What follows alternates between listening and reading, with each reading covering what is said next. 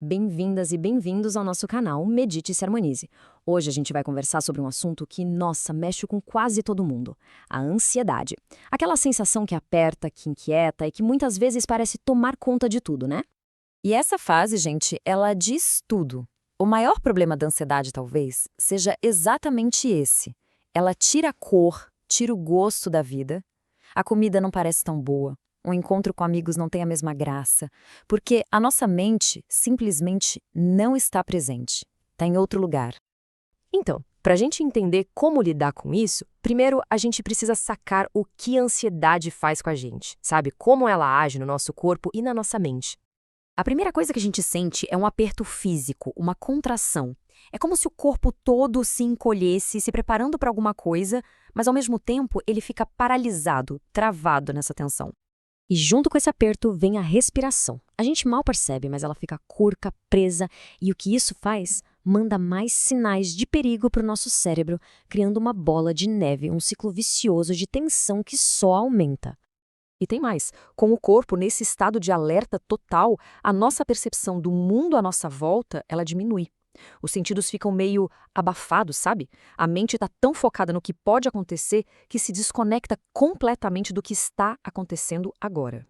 E claro, esses efeitos físicos acabam gerando perdas bem reais na nossa cabeça. A ansiedade não é só um sentimento ruim, ela de fato prejudica nosso desempenho. A capacidade de pensar com clareza, de raciocinar, até a nossa inteligência, tudo fica meio reduzido. Por quê? Porque toda a nossa energia está sendo gasta para lidar com essa suposta ameaça. Certo, então a gente já viu os sintomas, o que a ansiedade faz com a gente, mas para entender de verdade o problema, a gente precisa ir um pouco mais fundo e perguntar: por quê? Por que nosso corpo reage desse jeito? Essa é a pergunta de $1 milhão, né? O que é que está acontecendo por trás dos panos que dispara essa reação em cadeia tão forte que nos deixa tão mal? A resposta está na conexão, ou melhor, na desconexão entre a nossa mente e o nosso corpo. E aqui está o pulo do gato, a chave de tudo. Para o nosso corpo não existe diferença. Tudo aquilo que a nossa mente cria, ele assume como se fosse a mais pura realidade. Ele não tem aquele filtro para dizer, isso é só um pensamento, relaxa. Não, ele reage como se estivesse acontecendo de verdade aqui e agora. E é exatamente aí que a tal fantasia do futuro entra em campo. Vamos ver agora como essa incapacidade do corpo de separar o real do imaginário se transforma no principal combustível da ansiedade. Pensa comigo, olha que impressionante. Se uma ameaça real aparece na sua frente, o corpo dispara o alarme de estresse. Normal. Mas e se a mente só imagina uma ameaça lá no futuro? A reação do corpo é exatamente a mesma. O mesmo cortisol, a mesma adrenalina, a mesma tensão muscular. Tudo igual. E isso nos leva a um problema gigantesco. Uma ameaça real geralmente é rápida, passa logo, mas uma fantasia sobre o futuro, ela pode durar dias, semanas, meses. Se tem um evento marcado para daqui a um mês, a pessoa pode passar 30 dias nesse estado de alerta, como se o perigo fosse constante. É um desgaste absurdo, um sofrimento prolongado.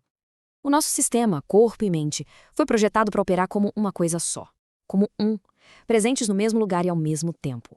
Quando a mente viaja para o futuro, ela basicamente arrasta o corpo junto, criando esse conflito interno que drena toda a nossa energia. Bom, agora que a gente entendeu esse mecanismo, a gente consegue chegar na verdadeira causa por trás de todo esse sofrimento. E a resposta, olha, pode até surpreender. Parece forte falar isso, né? Mas calma, não se trata de educação formal, de faculdade. A causa é a falta de educação sobre o funcionamento do nosso próprio sistema mente-corpo. É a falta de um treinamento para a gente aprender a gerenciar a nossa própria mente. Então, a proposta aqui é mudar totalmente o nosso olhar.